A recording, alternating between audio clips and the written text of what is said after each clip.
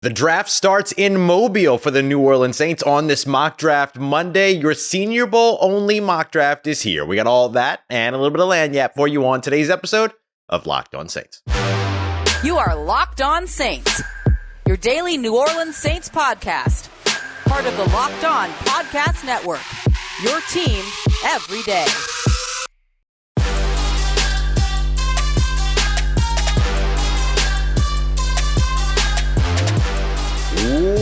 What is good, Who Dat Nation and Who Dat family? Welcome into another episode of Locked On Saints, your daily podcast covering your favorite team, the New Orleans Saints. Part of the Locked On Podcast Network, your team every day. Thanks so much as always, making Locked On Saints your first listen of the day every day. Don't forget we're free and available on all podcast apps and on YouTube as well. I'm your host, Ross Jackson, at Ross Jackson Nola on Twitter, your New Orleans Saints expert, credential member of the media, CrescentCitySports.com, USA Today's Saints Wire, Tuesdays on Locked On NFL, and here with you every single Monday through Friday on Locked On Saints. Today's episode of Locked On Saints brought to you by our friends over at PrizePicks. Daily fantasy made easy. All you got to do is pick 2 to 6 players, choose whether or not they're going to come in at more or less than their PrizePicks projections. You get those right, and you can get up to 25 times your entry back. All you got to do is check them out today over at PrizePicks.com or the PrizePicks app. And of course, don't forget to put in the code Locked On for your 100% instant deposit match at sign up if you're a new customer. I'll tell you more about them later on today. On today's episode, this Mock Draft Monday, we are here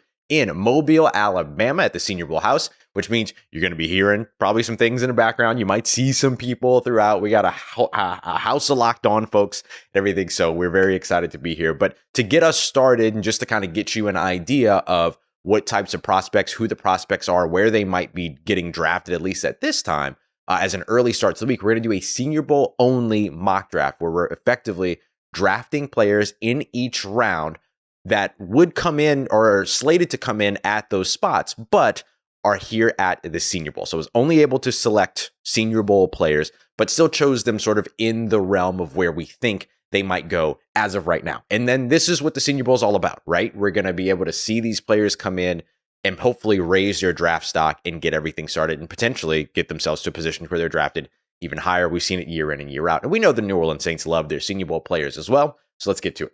Let's start off. We're going to start off with the early rounds and then work our way to the bottom of the draft so we get some of the big names in, the guys you really want to hear about first. So let's start off with how the New Orleans Saints can build their future with what I'll call early round picks. So the Sean Payton situation is still what it is. The Denver Broncos are doing their best impression of the Jacksonville Jaguars a few years ago or last year. And I guess that worked out great for them because they ended up with Doug Peterson, right? And made the playoffs, all of that. So I guess that's the way that you want to go now. But they've kind of ruled candidates out. Then all of a sudden, everything's back on the table, according to some of the NFL Network reports and things like that. So we know that Sean Payton is still involved in that conversation. Sean Payton saying on Fox on Sunday this weekend that he'll know more about his future over the course of the next week, basically. So we'll see where all of it goes. But we're gonna entertain the idea of a late first round pick just for the sake of this mock draft. And it's basically just to make sure that we're getting like these players in that are going to be taken at that area. So we'll start off here in round one, late in round one. I went with Florida offensive lineman O'Cyrus Torrence. He's one of my favorite prospects in this year's draft. The Saints need to have a solution ready to go behind Andrus Peat. And that's not just because Andrus Peat's contract is nearly up. That's not just because Andrus Peat, believe it or not, is, getting a little bit older. I know it's kind of crazy to think about that, but you deal with a lot of injuries over on the offensive line. And this is something that's kind of plagued the New Orleans Saints over the course of the past few years, right? The San Francisco 49ers, the Los Angeles Chargers, the Baltimore Ravens, the New Orleans Saints, those teams just get decimated by injuries. And for the New Orleans Saints in particular, on the offensive line. So investing again in the first round in the trenches makes a lot of sense for the New Orleans Saints if they get back there. And if they don't feel like there's a quarterback that they want to grab that 5th-year option on, right? You could take, a quarterback that you really like at this point. We got some good quarterback news that we'll be discussing here in a moment as well. So, that's kind of the spot where the Saints usually default to, right? They go to the offensive line, they go to the defensive line.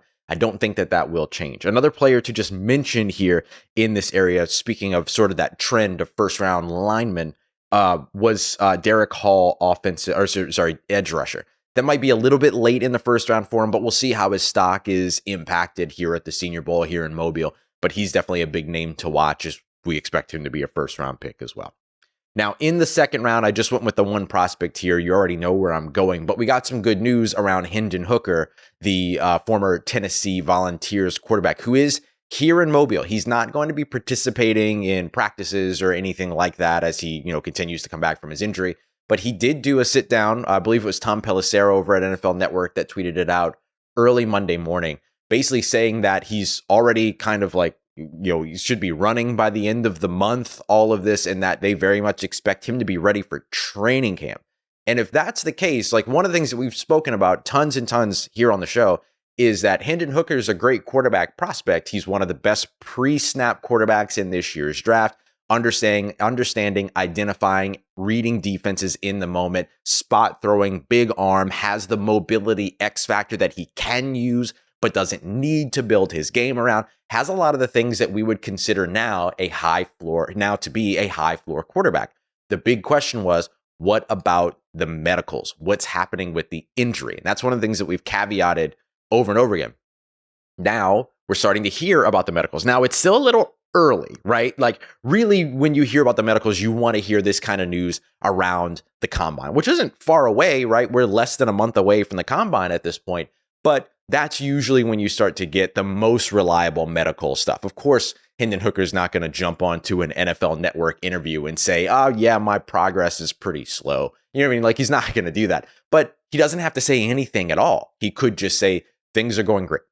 And then but to give a timeline and say, hey, it looks like I'm going to be ready for training camp. My expectation is that I'll be ready for training camp. That's pretty big. So a lot to watch here, because one of the reasons why he's here in Mobile is that he's not participating in the practices or anything like that, but he's doing the interviews. He's meeting with the teams. He's also doing all the like financial literacy workshops, the transitioning from college to the NFL, the real valuable other stuff that no one talks about that the Senior Bowl provides. That's really cool. He's also doing all that, of course, but big thing here is that everyone's going to ask him about his medicals when it comes to those interviews. And if he's going into those and being able to legitimately say, my expectation is that I'll be ready for training camp, that's a big deal. That's a really, really big deal, especially like at his age where he doesn't, in some NFL teams' minds, I've been consistent. I really only care about age, obviously like within reason, right? Like if you're a 40-year-old guy trying to be drafted as an NFL quarterback, okay, pump the brakes. But I really only care about age for running back and cornerback. Those are really the only two spots that I really think about that. Outside of that, I don't really care, right? In terms of what's within, reason. But losing a year before getting started, that kind of starts to put things out of reason. So if he's actually able to play his rookie season, that's pretty big. And this is the part about building the future here, right? The Saints could find a guy that they could believe in, potentially, in Hendon Hooker, who I think can be a franchise quarterback in the NFL if they build the system correctly around him, which could be a big task for this New Orleans Saints team. But hey, if you're gonna prove people wrong, you got to prove people wrong, and you got to do it with your whole chest. So if the Saints were to do that, that's the way to do it. But getting that offensive lineman to pair with him, all of that, really, really good stuff there. All right. Coming up next, we're going to take a look at some of the mid-round Senior Bowl steals, some of the guys that can be found in the 3rd, 4th, and 5th rounds that could end up having a major impact for the New Orleans Saints in 2023. We got that coming up for you as we continue on with today's episode of Locked On Saints, including, yes, the local names that you expect to hear as well. But first, today's episode brought to you by our friends over at PrizePicks. PrizePicks is the best, greatest daily fantasy website you're going to find. It's the best place to go for it. And it's honestly my favorite way, because I don't like doing the whole thing where you're playing against mystery lineups and you're kind of playing for like this big pot of money that you don't really understand and all that, and everything's just kind of philosophical in a way. I want things to be pretty solid. So that's why I like PrizePicks, because it's solid. They give you projections for how a player is going to perform. That's NFL, NBA, MLB, disc golf. They've got cricket. They've got everything you can imagine, esports, all of that, golf. And basically all you have to do is say, okay, I think that person is going to do more or less than that. Concrete, super easy, cut and dry, no weird point translations or point changes after the fact and all that other stuff. None of that. It's super, super simple. You do that for 2 to 6 players. And then if you get those right with those PrizePicks projections, you're going to be able to win up to 25 times your money back on an entry. It's that easy. And if you're a first-time user, you're going to be able to also get a 100% instant deposit match by using the promo code Locked On. You're going to want to do that over at prizepicks.com or by downloading the PrizePicks app today. They're going to make it so that you can get You put down $100, they'll give you $100. You put down $50, they'll match $50. They'll do it up to $100, a 100% instant deposit match. All you have to do is use the promo code Locked On the PrizePicks app today.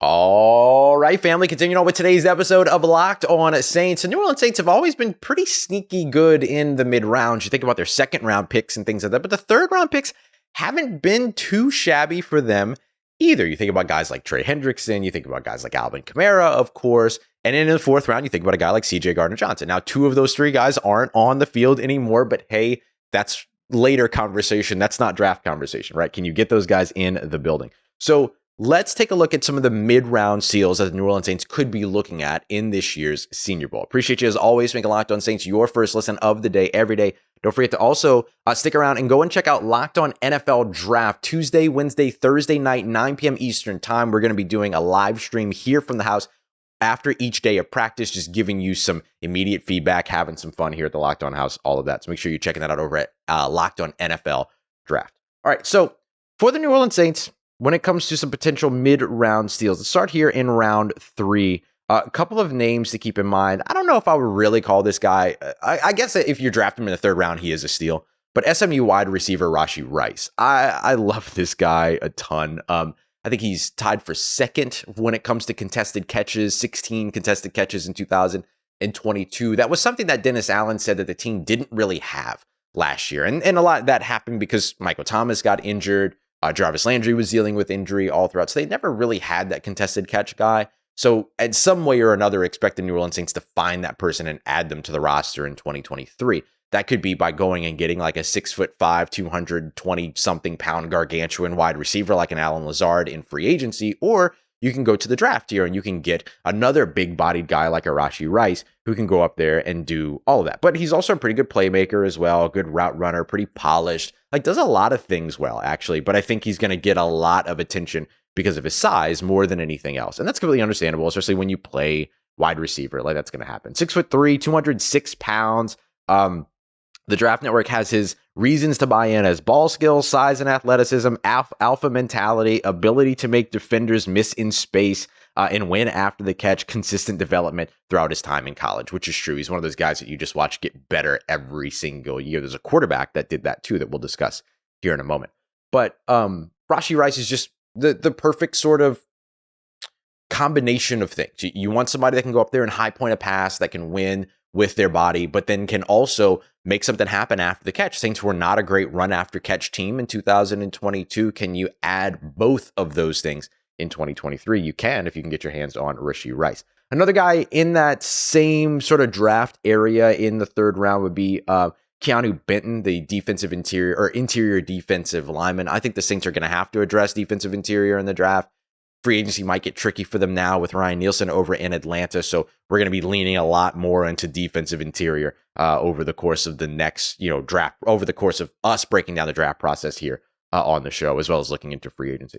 All right, round 4, I picked up a couple of running backs for you that we can discuss. One of which out of Mississippi, Zach Evans, about 6 foot, 215 pounds, somebody that can win with physicality big time. He's able to, fight through, runs a lot of kind of run through contact, runs a lot of kind of the zone concepts as well, which the Saints used to lean heavily on. They went very much into like man gap schemes a ton in their run game in 2022. Maybe that changes once they realize like, oh, it really helps to get Alvin Kamara around the tackle and outside in space. And so maybe those zone concepts will start to pop up a little bit more consistently. The issue with Zach Evans is going to be pass protection. I mean, he's also not like the greatest pass catcher either, but when you're looking for that change of pace guy that can run between the tackles and win with physicality, all those things, he's a good fit for that when you're trying to balance an Alvin Kamara. But if you want somebody that's not going to fully sell to the opposing team that what's coming next is a run play, what's coming now, start to telegraph those things, then he's got to get a little bit better in pass protection. That's going to be the key for him. So you're going to be watching that over the course of this week. And then look, I'm not going to leave him out. I'm starting the campaign for him. I'm ready to go. Matty Hudak's here, the face of the Tulane Green Wave, as far as anybody's concerned. We have all of it. So my big one here is also Tyjae Spears, right? Tyjae Spears is a guy that you know him, you love him, and I want him to stay in New Orleans. I'd love to see him stay in New Orleans. And he's somebody that kind of does all these things. I've seen some concerns with ball security, things that hasn't lost a ton of fumbles in his career, though, so I'm not super concerned about that. Probably want to just see a little bit more of what he can do in the passing game and continuing to bolster his pass protection abilities as well. But you want somebody that can run up the middle and, bounce off tacklers and pick up hard yardage. Tajay Spears can do that for you, as can Zach Evans. So a couple of running backs to watch in that area. And then round 5, I've got Jalen Duggan here, the tackle out of Maryland. 6'5", 315, pretty good NFL size for a tackle. He's somebody that might get drafted a little bit higher as people are kind of like learning, kind of waiting to see who he's going to be and what he's going to turn into and all that. But I like what he's able to do. Good scheme versatility, pretty good in pass protection, a little bit better in run protection. He's somebody that I think of the Saints grabbing so that they have, that other backup tackle, whether it be that extra sixth person, whether that be, the guy behind James Hurst and or Trevor Penning and all that. Kind of a younger, maybe a little bit of a project build, but not super big risk here in a guy like Jalen Duggan. So like him a lot. He would be interesting. And then we haven't talked quarterback here in a little bit. So a mid-round quarterback that could be fun to watch in kind of this 5th round area would be Fresno State's Jake Haener. I'm consistently going to screw up his name, so I'm just going to preface that now. He is my Lucas Kroll, who I kept calling Nick Kroll at the beginning of his time in New Orleans. So just be prepared. But Jake Haener, just one of those guys that he's like the Adam Sandler character in The Longest Yard. He's just one of those kids that's just like a natural born leader, super sort of gritty mentality guy. Is one of those guys that's gonna use the fact that he's been overlooked and that he's not one of the top quarterbacks as fodder to propel himself and all these other things, but has a pretty decent arm, 3-level thrower, has a little bit of mobility as well. So there's some interesting stuff there. And this is a guy that New Orleans Saints offensive assistant DJ is going to be working with as a quarterback coach. And then of course, you have Ronald Curry there as offensive coordinator as well. So they're going to get a really good look at some of these quarterbacks. And so I think a Jake Haener is somebody that you'll continue to probably hear about over the course of the camp, but can you see him progress and get better Tuesday, Wednesday, and Thursday? That's going to be the big key. So even if the Saints wait on quarterback, there's some options down here, including going into some of these late round risers that we're going to see here in Mobile as well. We're going to break that down. Who are some of the guys here in Mobile that can take themselves from day 3 to day 2? Right? So we're going to break all of that down as we continue on and wrap up today's episode of Locked On Saints. And today's episode of Locked On Saints brought to you by our friends over at FanDuel. We're so excited about our new sports betting partner here over at Locked On. They're the number 1 sportsbook in America, FanDuel. And if you're new to FanDuel, that's even better because they have so many great features about making sports betting super fun and easy, and new stuff that will make it even better if you're a new customer. So if you download FanDuel now,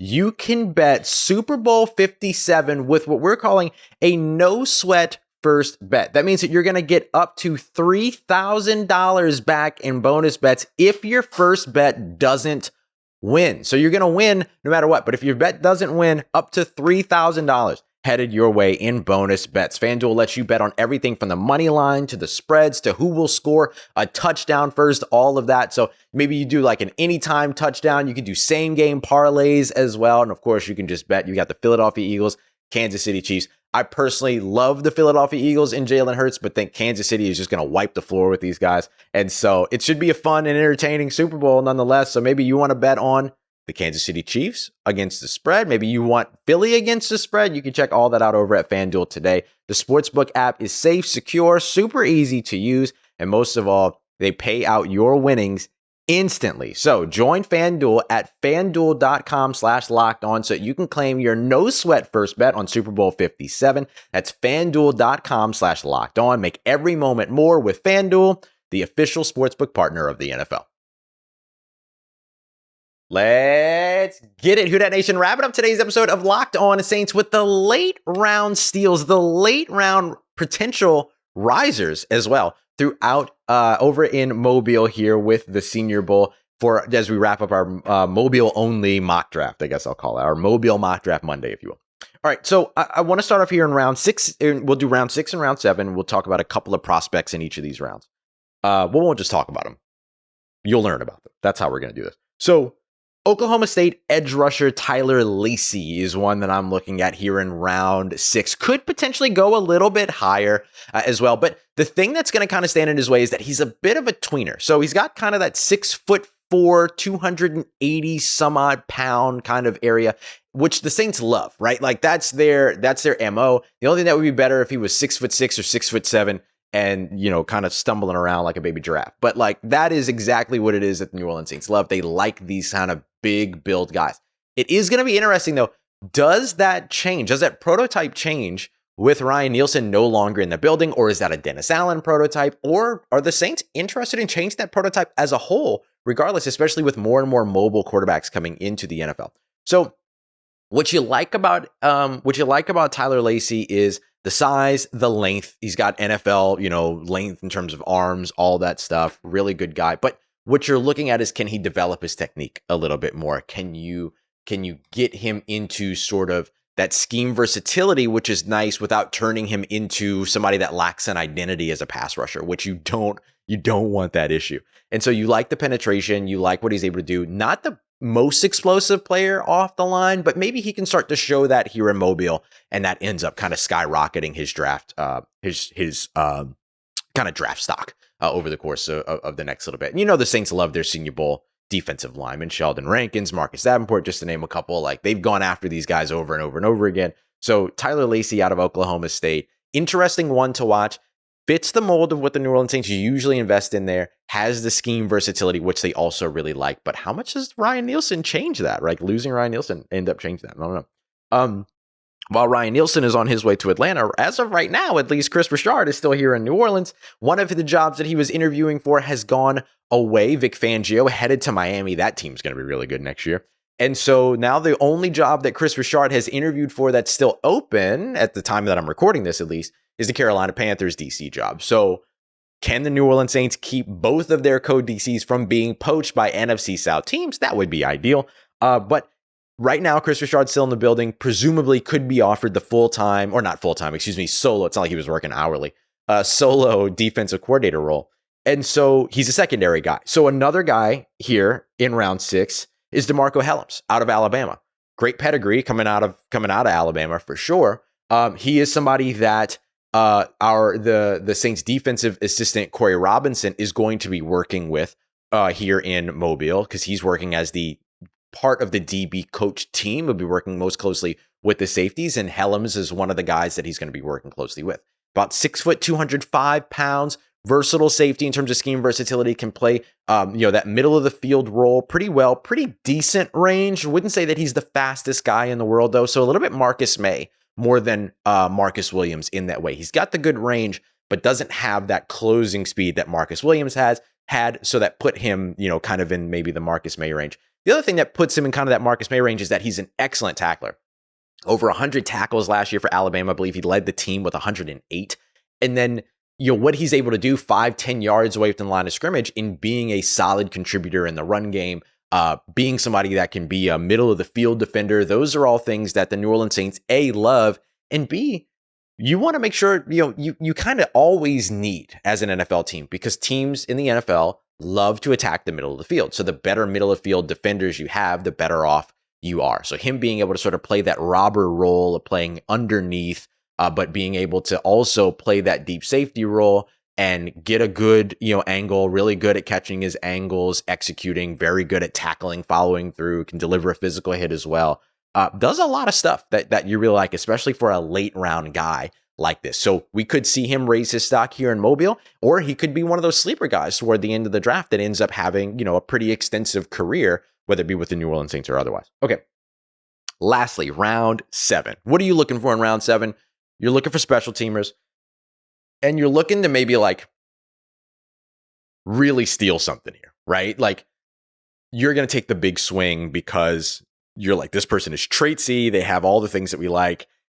It might not work out, but if it does, then it hits. And that's how you get a Caden Ellis, right? Like, you saw Caden Ellis is just like raw athleticism throughout his pro day, throughout his college career at Idaho, knowing that he played triple option quarterback and that he played 3-tech at one point and all these other things, like all the stuff that he did, you look for that kind of athleticism in these players. And so that's why I went with Oklahoma tackle Wanya Morris. So Wanya Morris is kind of an interesting prospect for me. Will he play tackle? Will he play guard? That's going to be a big thing. But he, I think, is going to be more of a developmental guy, but has a lot of high upside.